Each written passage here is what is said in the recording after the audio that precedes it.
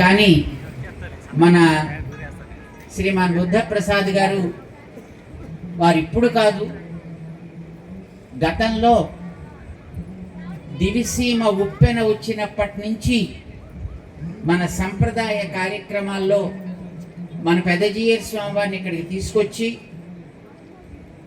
అవనిగడ్డలో ఒక క్షేత్రాన్ని ఆ సందర్భంగా ఏర్పాటు చేసి అప్పట్లో ఇళ్ళు కోల్పోయి ఉన్నటువంటి వాళ్ళందరికీ కూడా అక్కడ భోజన వసతులు, అన్నదానం, అప్పట్లో ఒక యజ్ఞ కార్యక్రమం పెదజీయర్ స్వామి వారి ద్వారా జరిపించి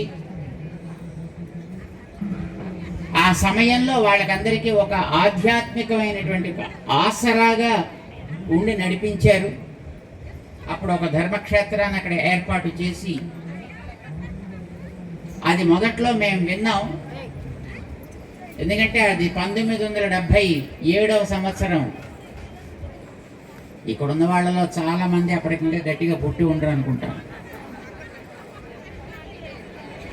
అప్పుడప్పుడే మేము నడిగడ్డపాలెం ఆశ్రమంలో కొత్తగా చేరాం.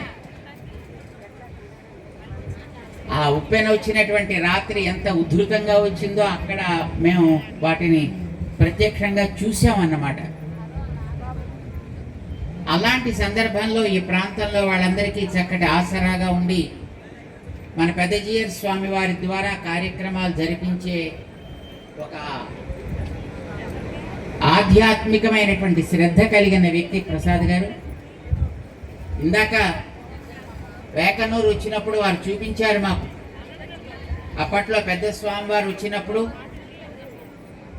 అక్కడ సీతారామ ధర్మక్షేత్రాన్ని ఏర్పాటు చేసి దాంట్లో స్వామివారి మంగళాశాసనాలు చేసి వారి హస్తాక్షరి అక్కడ ఉంచినటువంటి ఆ పుస్తకాన్ని చాలా పదిలంగా అట్టే పెట్టారు వారు ఇప్పటికి కూడా.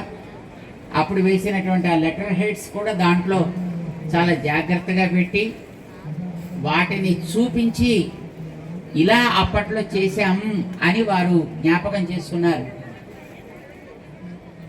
వారు ఈ అష్టాక్షరి క్షేత్రానికి కూడా మన అష్టాక్షరి స్వామి వారికి ప్రోత్సాహకులుగా ఉంటూ ఈ క్షేత్రం యొక్క అభివృద్ధిలో దీనికి ఈ రకమైనటువంటి రూపాన్ని ఏర్పరచడంలో వారు తోడున్నందుకు వారికి కూడా మేము అనేక మంగళాశాసనాలు చేస్తున్నాం.